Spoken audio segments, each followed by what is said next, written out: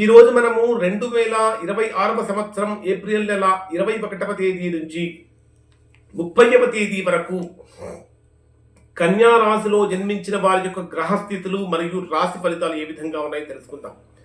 కన్యా రాశి వారు ప్రస్తుతం 21వ తేదీ నుంచి 30వ తేదీ వరకు కనుక తీసుకుంటే అత్యంత జాగ్రత్తగా ఉండవలసినటువంటి సమయం.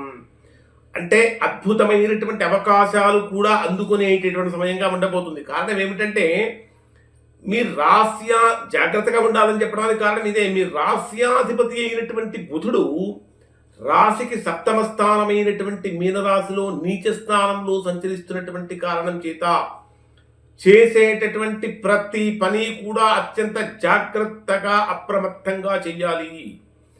అలానే అదే సమయంలో రవి ఉచ్చస్థానంలో సంచరిస్తున్నటువంటి కారణం చేత అద్భుతమైనటువంటి అవకాశాలను కూడా కన్యారాశి వారు అందుకుంటారు.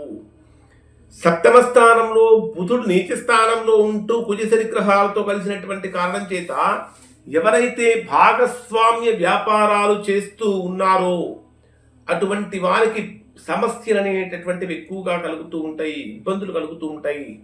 కానీ 9వ స్థానంలో సంచరించేటటువంటి అంటే కన్యారాశి వారికి ద్వితీయ స్థానాధిపతి ధనాధిపతి అయినటువంటి శుక్రుడు 9వ స్థానం అయినటువంటి వృషభ రాశిలో స్వక్షేత్రంలో సంచరిస్తున్నటువంటి కారణం చేత బ్రహ్మాండమైనటువంటి శుక్రుడి యొక్క అనుకూలత మాత్రము కలుగుతూ ఉంటుంది.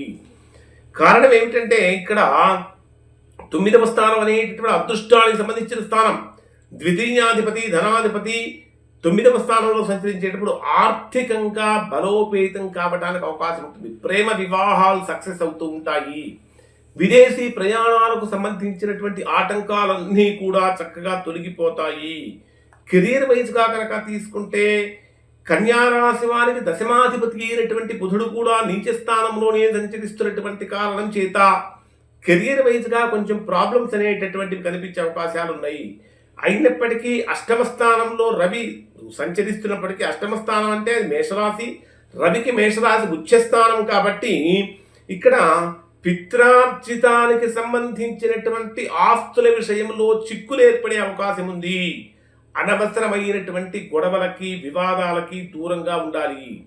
వాహన ప్రయాణాలు చేసేటప్పుడు అత్యంత జాగ్రత్తగా ఉండవలసినటువంటి సమయము. ఇక సప్తమ స్థానంలో కుజశని గ్రహాల యొక్క ప్రభావం కారణం చేత జీవిత భాగస్వామితో కూడా సమస్యలు కలిగేటటువంటి విధంగా ప్రస్తుతం ఉండబోతుంది.